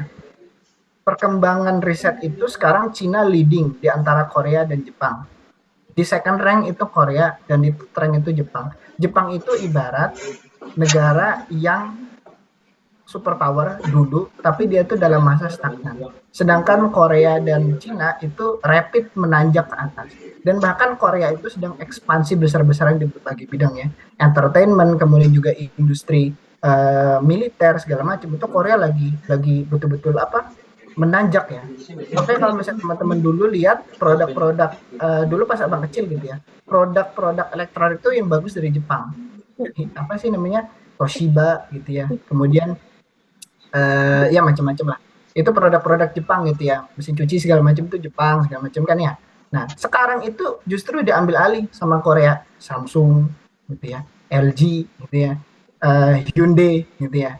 Nah itu memang betul-betul Korea, Cina itu lagi rapid. Jadi kalau misalnya teman-teman pengen merasakan fluktuatif kerapitannya, jadi kayak gubrak-gabruk banget risetnya itu di Korea dan di Cina, itu silakanlah ke Cina dan Korea bang sarankan. Tapi kalau mau yang ya yang stabil, silakan ke Jepang gitu ya. Itu mungkin bedanya. Based on koran lokal di Korea, mereka berbilang seperti itu. Jadi kalau misalnya pertumbuhan Korea itu lagi rapid banget. Jadi dinamismenya itu betul-betul Pesat. ketat banget di Korea itu. Tahun ini peraturannya bisa berubah jauh banget dengan tahun kemarin. Tergantung dengan mereka regulasi barunya seperti apa, tren dunia seperti apa. Yaitu kalau misalnya dari fasilitas ya, itu mungkin ke luar negeri relatively lebih bagus daripada Indonesia, walaupun di Indonesia pun banyak opsinya, tergantung ya. Tapi tentu kalau di Indonesia mungkin hanya di top rank universitas aja kayak UI, ITB, UGM gitu ya. Itu memang bagus-bagus juga gitu. Tapi kalau di luar negeri relatively sudah bagus secara merata.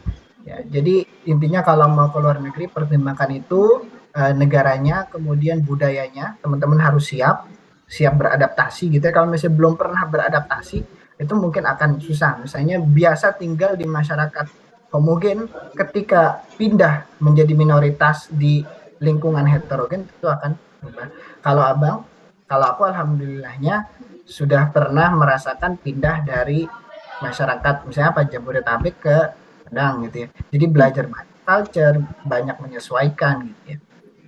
Kalau pepatah orang Minang kan Dima bumi dipijak, ya situlah gitu ya. Jangan. Oke, iya. Jadi kalau kita keluar negeri harus seperti itu, hormati budayanya. Ya bang mau cerita satu hal. Kenapa sekarang itu lagi banyak demonstrasi di Korea maupun di Jepang? Itu penolakan imigran, tau gak kenapa?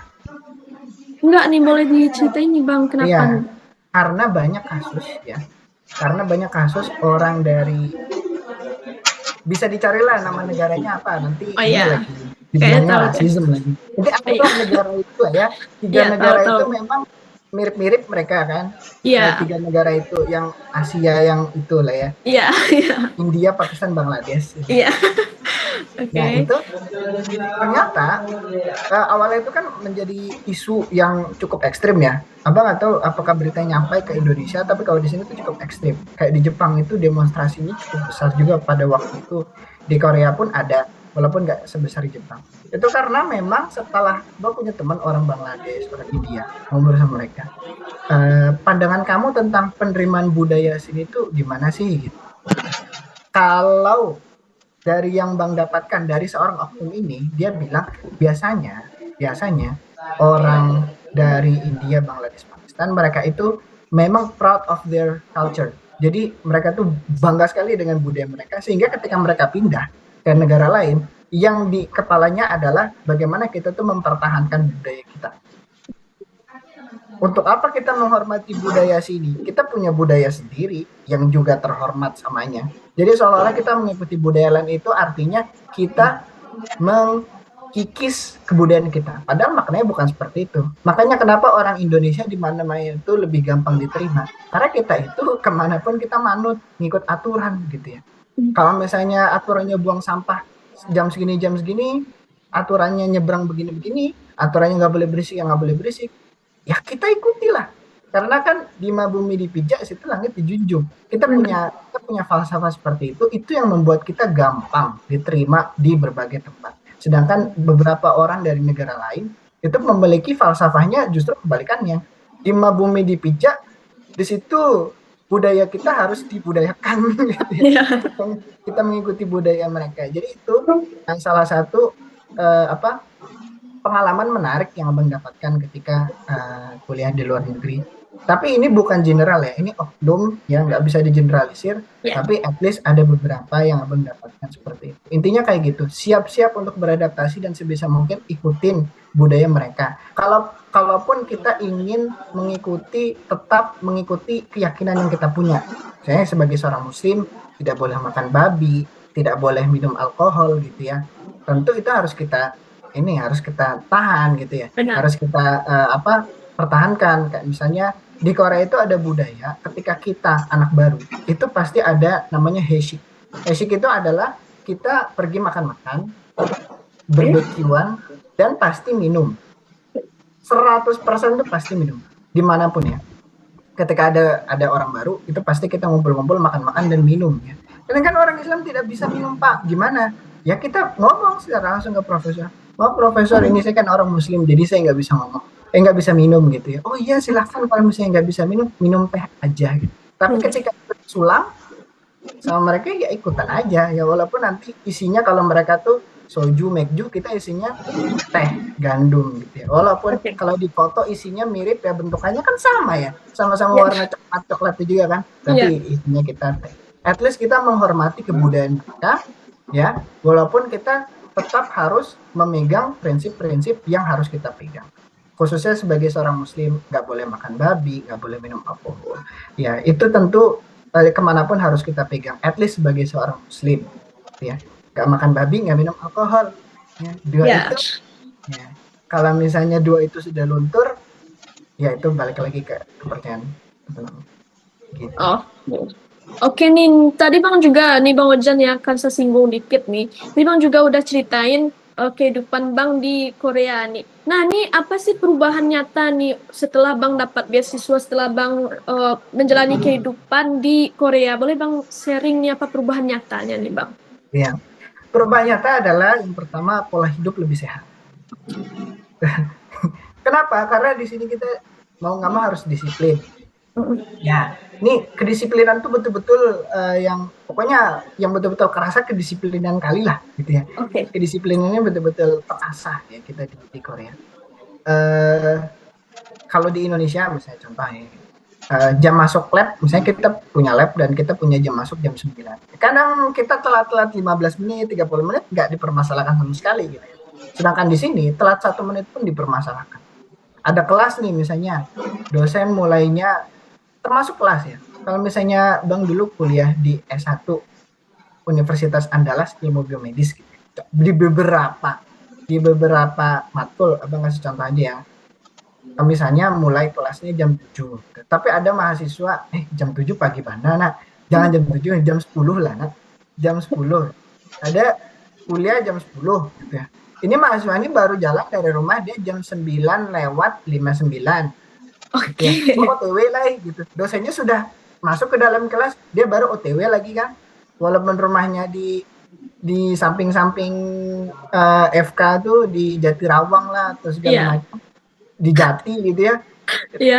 Tapi kan kayak gitu tidak disiplin ya dan menyebabkan kelatan. Dan dulu abang pun kayak gitu kalau boleh jujur gitu ya. Kadang seperti itu juga, kita suka telat-telat juga. Nah, ketika di Korea, wah itu nggak bisa banget ya. Di Korea itu budayanya bahkan ada samsipun Joni. Jadi sebelum 30 menit sebelum apapun itu kalau bisa sudah berkumpul orang gitu ya. Bang dulu semester lalu itu jadi teaching assistant profesor, ngajar-ngajar anak S1 gitu ya. Anak-anak S1 anak Korea, sarjana.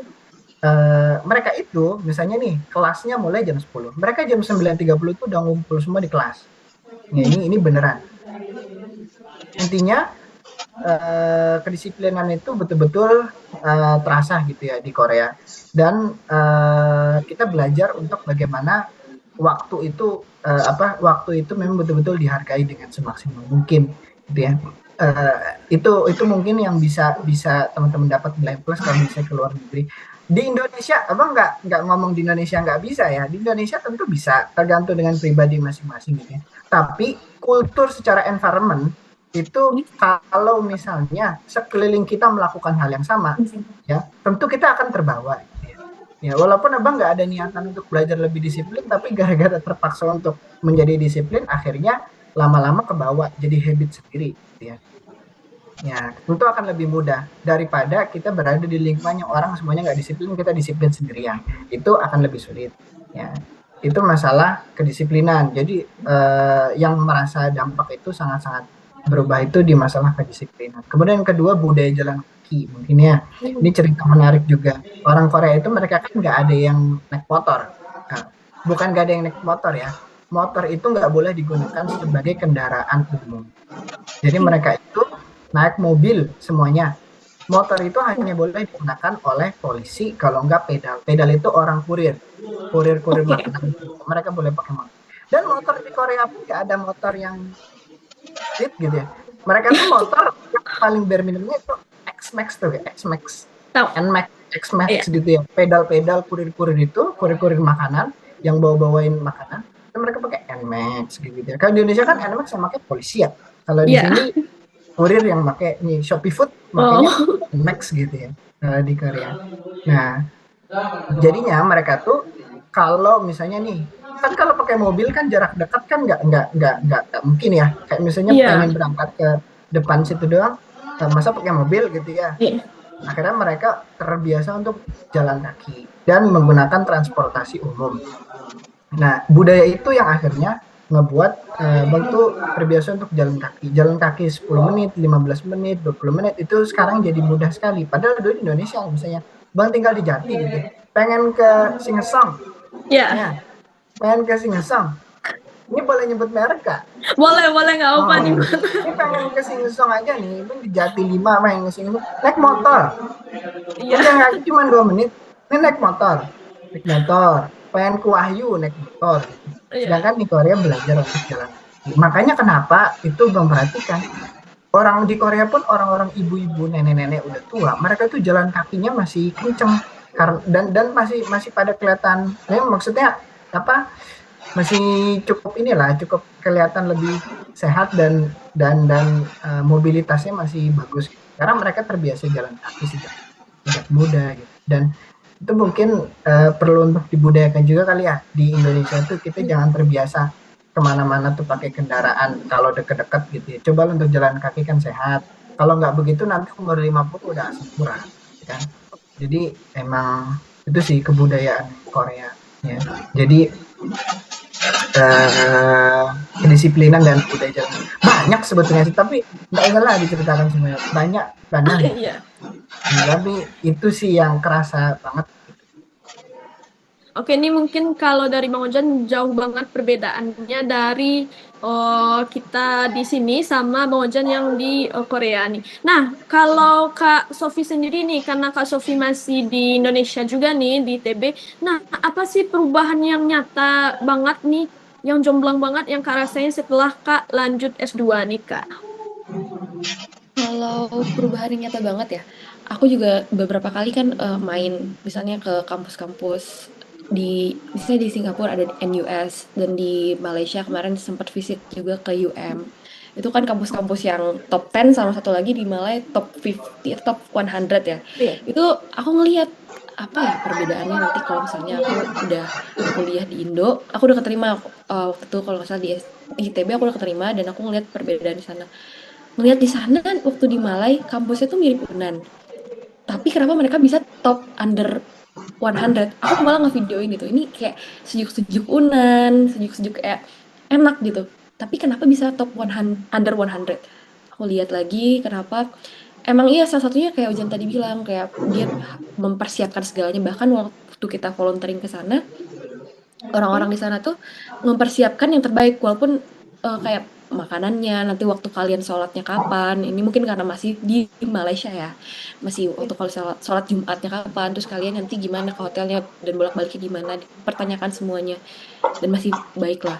Apalagi NUS sendiri waktu itu aku nggak visit sih, cuma ngeliat doang lingkungan kampusnya kayak gimana dan emang lebih keren, emang bukan kayak kampus yang mungkin kampus aku sendiri masih ya US tuh udah kelihatan technological banget lah, udah kayak tinggi banget, high banget.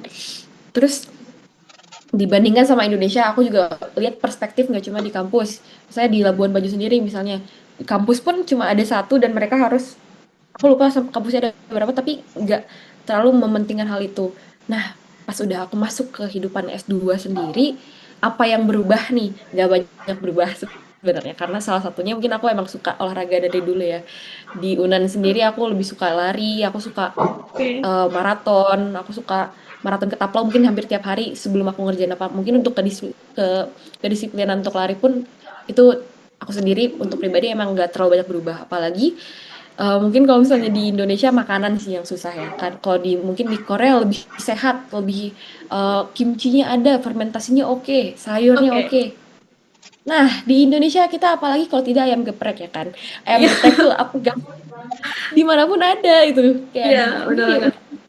ya sing-a-song, mungkin kan saya juga udah nyoba belum? 4 tahun Iya, ini udah tamat.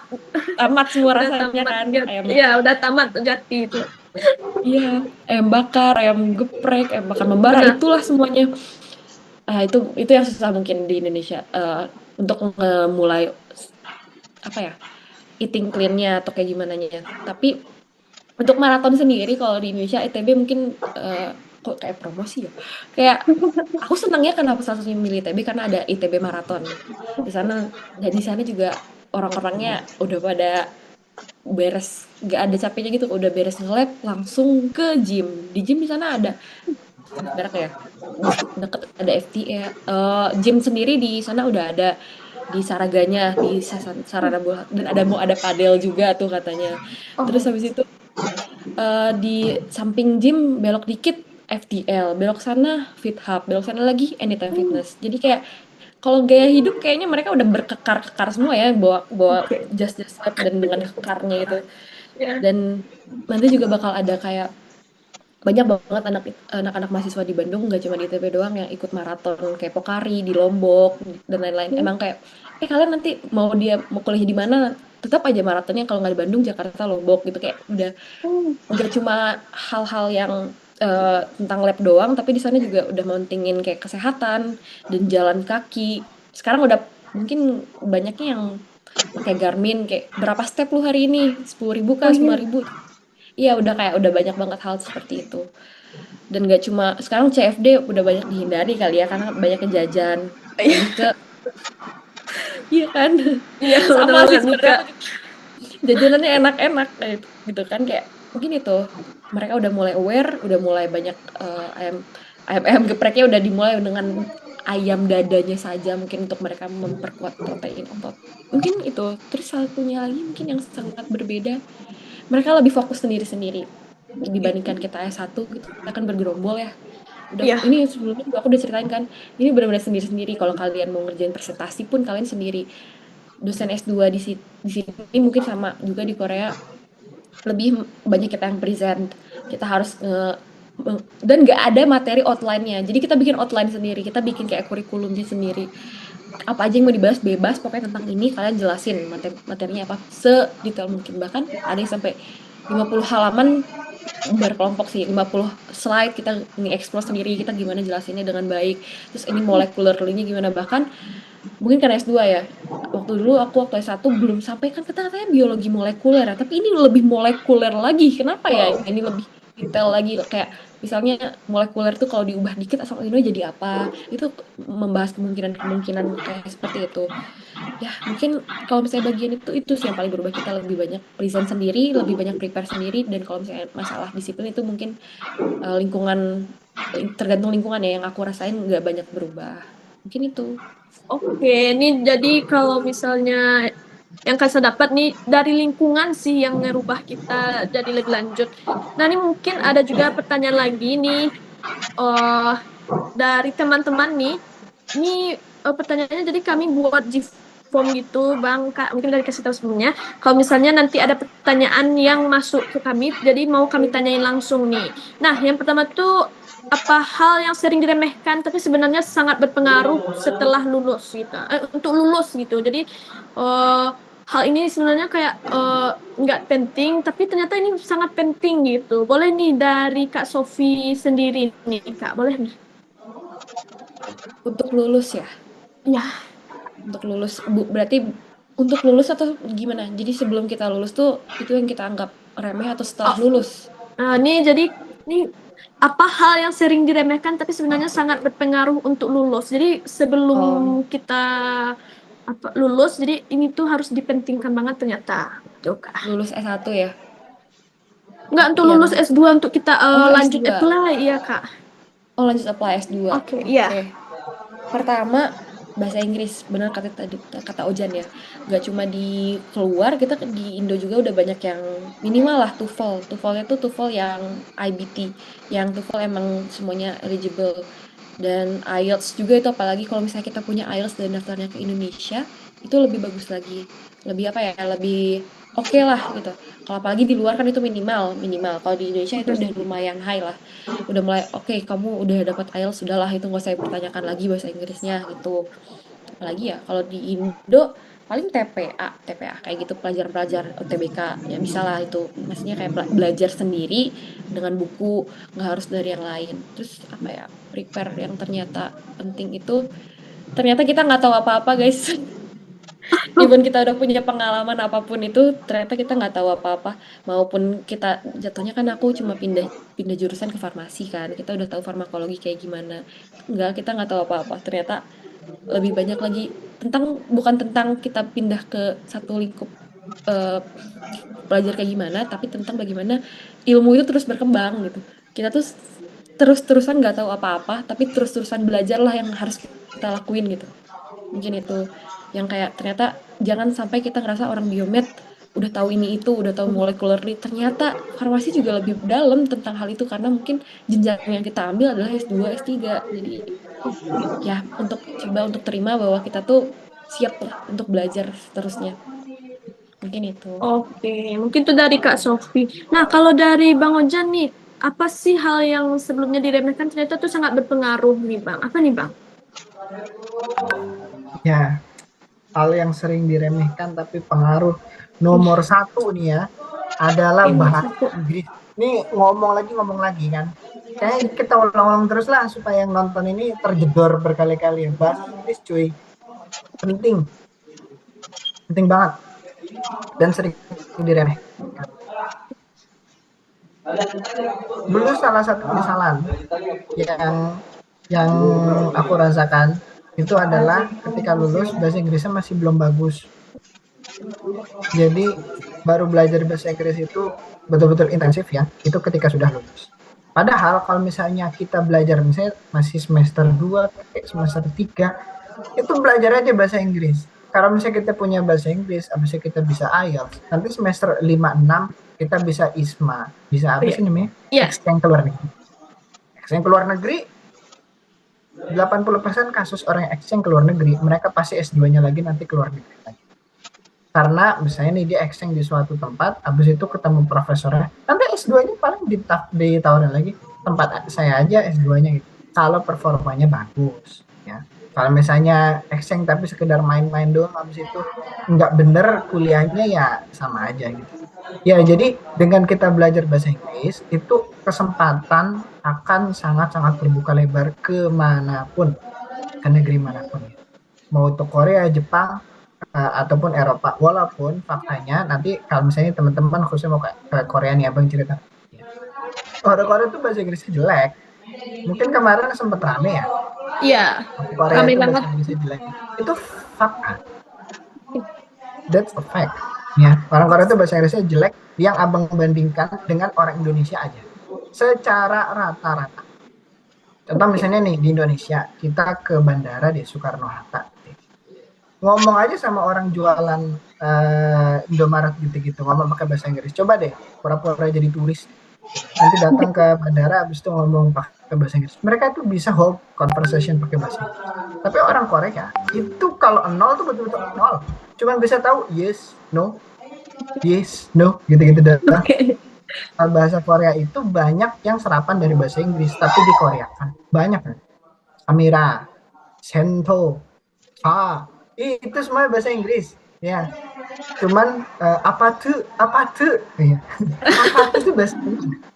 Iya, iya. Ya, apartemen kan Iya. bahasa Indonesia apartemen. Bahasa Koreanya apa tuh? Ya, itu kan bahasa Inggris. Ya. Kalau misalnya ada yang ngata-ngatain orang Korea di bahasa Inggrisnya, I cannot speak English. Itu memang Iya. Oh, itu memang. memang faktanya seperti itu di masyarakat secara umum. Tapi kalau di kalangan akademisi atau student ya bahasa Inggrisnya sudah bagus, gitu ya. Bang ajar anak S1, tapi nih uniknya dibandingkan Indonesia, kemampuan bahasa Inggrisnya untuk orang-orang yang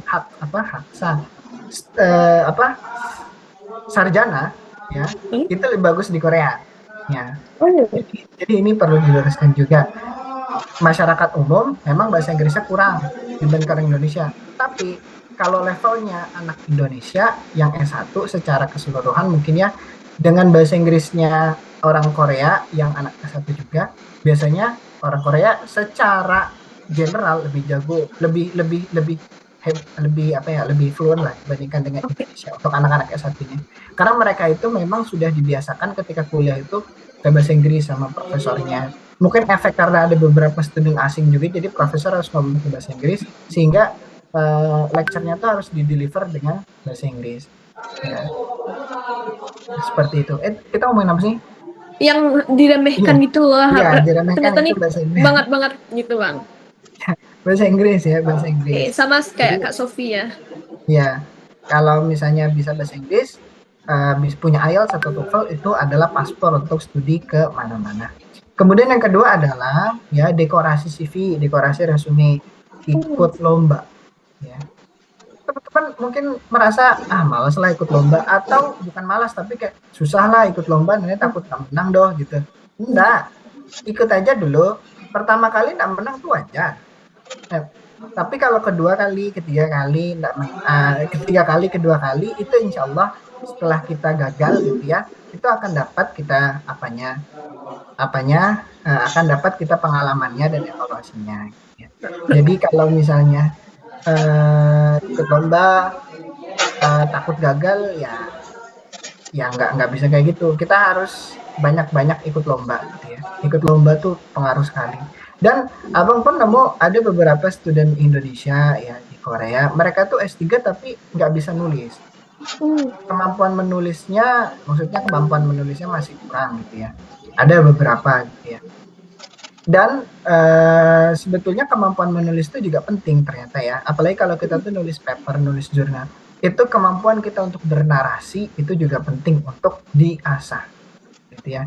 Kemampuan kita untuk berbicara, kemampuan kita untuk menyusun narasi itu juga penting untuk diasah. Makanya banyak-banyak ikut lomba, khususnya di karya ilmiah, supaya teman-teman bisa dapat pengalaman juara lomba ya untuk mendekorasi CV serta meningkatkan skill menulis. Karena ini biasanya profesor-profesor di Korea pun mereka mencari student yang bisa menulis dan bernarasi dengan baik, berargumentasi dengan baik. Ya. Jadi biasakan untuk berargumen dan bernarasi gitu ya. Mumpung masih S1 masih ada waktunya nih panjang gitu ya. Jadi misal buat presentasi ya buat sebisa mungkin kita tuh menampilkan yang terbaik. Ya, jadi itu yang sering diremehkan menurut abang. Pertama bahasa Inggris, kedua adalah dekorasi CV ya, baik itu lomba ataupun magang pun bisa di mana-mana, yang penting ikut magang dan perbanyak pengalaman. Dulu bang magang di BRIN Dan itu kalau misalnya teman-teman yang masih S1 gitu pengen magang, mensarankan di BRIN. Di BRIN itu cukup bagus karena sistemnya sudah sistem internasional. Ya, sistem internasional itu apa sih maksudnya? Maksudnya bukan sistem internasional, sistem yang sudah gold standar untuk di riset. Apa sih sistem gold standar? Adalah kita punya supervisor dan kita bekerja hands on sendiri-sendiri. Ya. Jadi terus kita punya lab meeting, lab seminar segala macam gitu ya. Itu silahkan kalau misalnya pengen silahkan ke BRIN. Kalau BRIN nggak dapat, yang sarankan nih ya recommended kalau mau di UNAN itu di lab bioteknologi Profesor Jamsari, itu juga mantap gitu ya. Karena Oke. itu setiap minggu ada journal club dan journal club itu harus pakai bahasa Inggris ya. Dulu kayak gitu, sekarang abang kurang tahu, tapi dulu pas abang kayak gitu. Jadi kita dipaksa untuk ngomong bahasa Inggris, dan terbukti memang beberapa lulusan-lulusan dari lab Prof. Jamsari itu rata-rata banyak yang keluar ya, ada ke Finland, ke Jerman segala macam, karena di sana kita diasah untuk speaking English gitu, belajar ngomong Inggris gitu. Oke. Jadi itu sih Inggris prestasi dan belajar bernarasi dan Berarti. Oke, ini mungkin kita udah hampir di penghujung nih, tapi mungkin masih ada pertanyaan satu lagi nih. Mungkin mau tips nih. Ini pertanyaan terakhir. Tips yang paling penting untuk teman-teman nih yang mau mulai persiapan ada nggak nih Bang? Ini mungkin terakhir. Persiapan apa? Persiapan untuk mau lanjut ke S2 nih Bang. Ada nggak apa sih tips yang penting banget nih? Ke Korea ya? Iya, boleh. Abang mau buka bukan dari yang penting dulu, dari yang life hack dulu, dari yang ternyata begitu. Oke. Yang pertama adalah kalau teman-teman mau dapat beasiswa ke Korea dan nggak 100%, 90% insya Allah bisa diterima di mana-mana dengan beasiswa, adalah teman-teman bisa bahasa Korea. Ini sebetulnya ini ya, kalau bisa bahasa Korea, kemanapun itu akan diterima. Ya. Dan ada beasiswanya. Ya. Jadi kampus-kampus di Korea itu kalau yang holding bahasa Inggris itu biasanya ada proses yang standar internasional lain. Tapi kalau bisa bahasa Korea, ya itu akan dapat jalur istilahnya golden ticket gitu ya, kalau bisa bahasa Korea. Ya, Koreanya minimal topik 5. Topik 5 itu kalau di IELTS mungkin sekitar IELTS 6,5 gitu ya. Kalau sebanding dengan IELTS topik 5 sorry, bukan topik 5, Deng. Topik 3, maaf. Topik 3 itu kalau di IELTS mungkin sekitar 6,5 ya kalau di IELTS. Itu kalau teman-teman bisa bahasa Korea ya. Itu kalau daftar ke website kampus-kampus rata-rata di Korea itu akan memberikan beasiswa untuk student asing tanpa dia dapat profesor dulu, beasiswa student asing yang bisa bahasa Korea. Itu yang pertama. Dan kalau misalnya mau daftar GKS itu kan Global Korean Scholarship yang dari Korean government, itu kalau punya bahasa Korea itu akan dapat nilai plus juga ya. Walaupun kalau punya IELTS akan dapat nilai plus, tapi kalau bahasa Korea plus lagi ya, sabun seperti itu. Jadi kalau misalnya mau ke Korea nih, kalau mau Korea doang ya bahasa Korea, karena kalau bisa bahasa Korea nggak bisa ke Jepang, yang penting ke Korea bahasa Korea. Kemudian yang kedua adalah kita perbanyak koneksi ya. Coba berkoneksi dengan dosen-dosen kita yang udah pernah studi di luar negeri, karena dari sana kita akan mendapatkan insight, kita akan mendapatkan tips ya, jadi gini loh, kalau kita bicara dengan orang yang dia itu ngomong macam-macam, bagaimana cara studi ke luar negeri gini, tapi dia belum pernah ke luar negeri, itu tentu akan less credible dibanding orang yang sudah pernah ke luar negeri dan studi di sana gitu ya. Ya, dosen-dosen kita banyak kok yang sudah pernah studi di luar negeri ya, dari Jepang segala macam. Silahkan didekati gitu ya, didekati dalam artian kita ajukan aja ke siapa, Bu Hiro, saya mau ikut penelitian Ibu, boleh nggak? Nggak apa-apa, ngomong aja begitu ya. Kalau misalnya nggak boleh ya cari yang lain gitu. Bu Cimi biasanya beliau yang paling open dengan student-student ya. Walaupun nanti mungkin kalau sekarang ditawarnya S2 biomedis dulu di UNAN. Oke. Kalau dulu beliau belum jadi kaprodi, jadi langsung ngarahinnya ke luar negeri gitu. Oh, Tapi oke. S2 biomedis UNAN juga bagus kok sekarang. Baik. Eh, Itu tips-tipsnya. Mungkin ada tambahan lagi iya. nih Bang, tipsnya yang lain nih. Tadi Buat- tipsnya mungkin itu sih bahasa Korea pertama kalau mau Korea ya. Tapi Oke. secara general itu coba dekati dosen-dosen yang mereka tuh sudah pernah studi ke luar negeri. Dari sana kita akan dapat insight, mungkin koneksi. Jadi perbanyak koneksi aja sebetulnya ya. Kalau misalnya teman-teman gitu mau studi ke luar negeri itu perbanyak koneksi dulu gitu ya. Dan eh, sedini mungkin kalau bisa kita coba untuk cari supervisor, cari profesor. Cari profesor juga sebetulnya ada triknya sih. Cari profesor ada triknya. Eh, tapi kalau misalnya Bang jelasin di sini kayaknya terlalu panjang ya. Soalnya itu triknya teknis sekali gitu ya. Oke. Nah, nanti mungkin kalau misalnya ada waktu boleh deh kapan-kapan gitu. Soalnya ada sebetulnya cari profesor itu ada triknya, ada teknisnya. Oke. Itu penting juga untuk kita ketahui. Atau cari di YouTube juga bisa. Oke, mungkin ini bisa kita angkat juga nih untuk next selanjutnya, PubMed selanjutnya nih, apa trik-triknya untuk dekatin profesor. Nah, mungkin tadi pertanyaannya masih sama nih ya, Kak Sofi. Nih, apa tips penting nih buat teman-teman yang mau lanjut S2 nih, Kak? Boleh nih, Kak, di-share ke kami.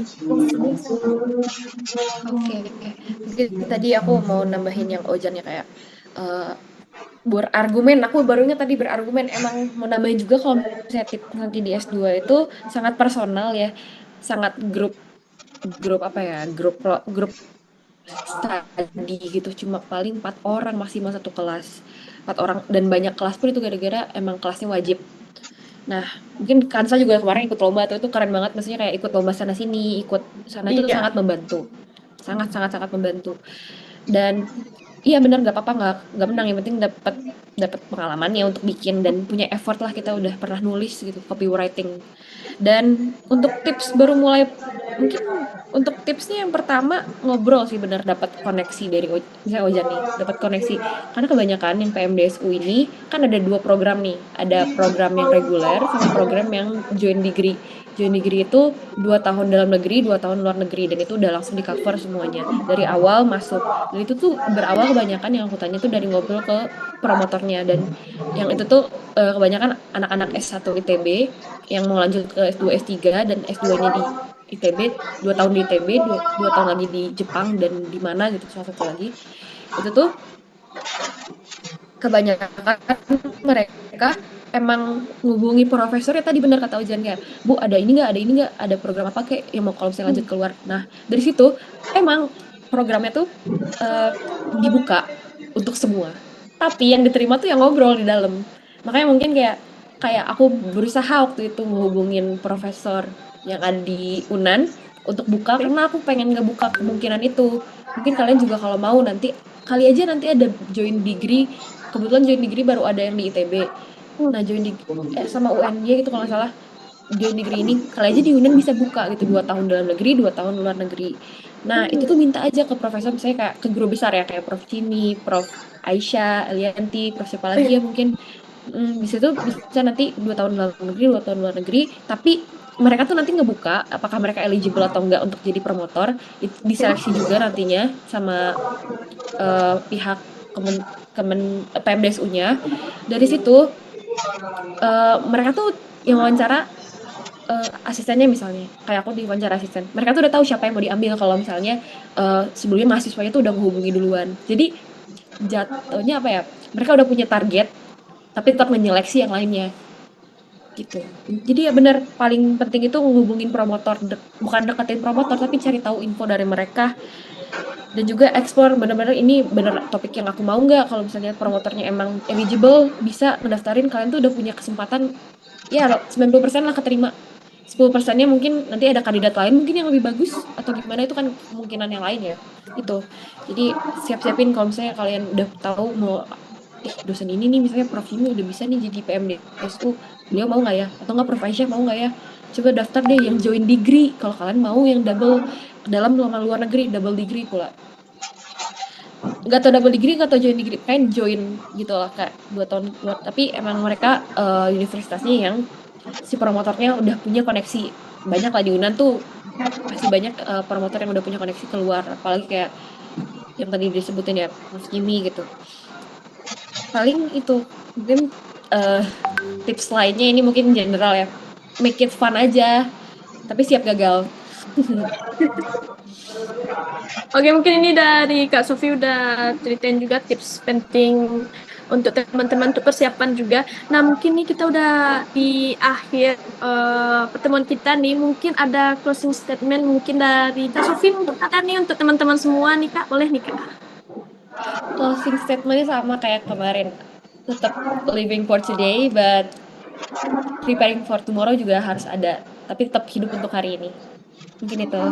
Oke, nih sama seperti yang kemarin ya. Boleh nih kalau dari Bang Ojan apa closing statementnya nih? Karena kita udah di penghujung juga nih Bang. Ini closing statement-nya Bang menyampaikan 2 kalimat ya, karena ini kita sedang di bulan Ramadan gitu. Ini agak sedikit Islami, tidak apa-apa ya. Sangat Ya, tidak apa-apa sekarang. jadi ada pepatah gini ngomongnya, manjada wajada. Mungkin ini sudah terkenal. Pertama manjada wajada, kedua mansobaro zafiro. Nah, dua ini sebetulnya ya, walaupun sudah sangat terkenal, tapi memang betul-betul ternyata relatable dengan kehidupan kita selama kita hidup di dunia gitu.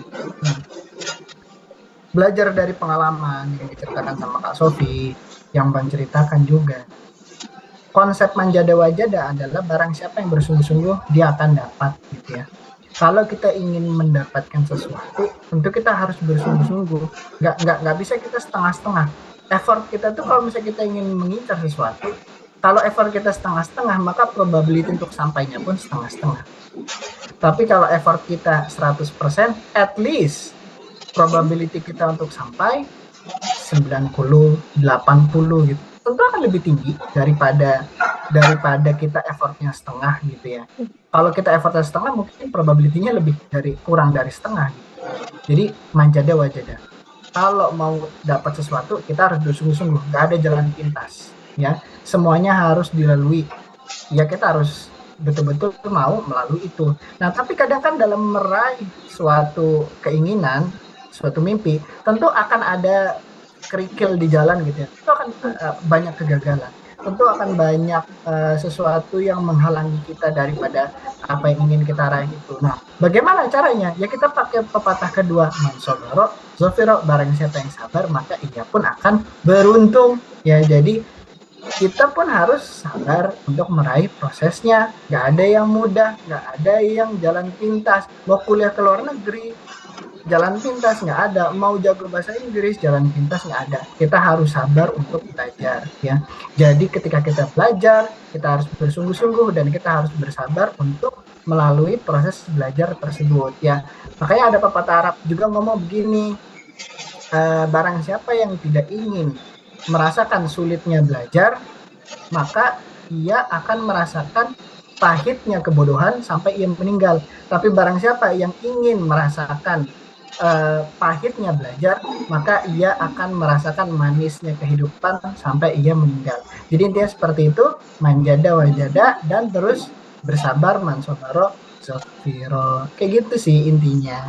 Oh, Oke, ini closing statementnya sesuai banget sama bulan puasa banget nih karena kita di bulan Ramadan.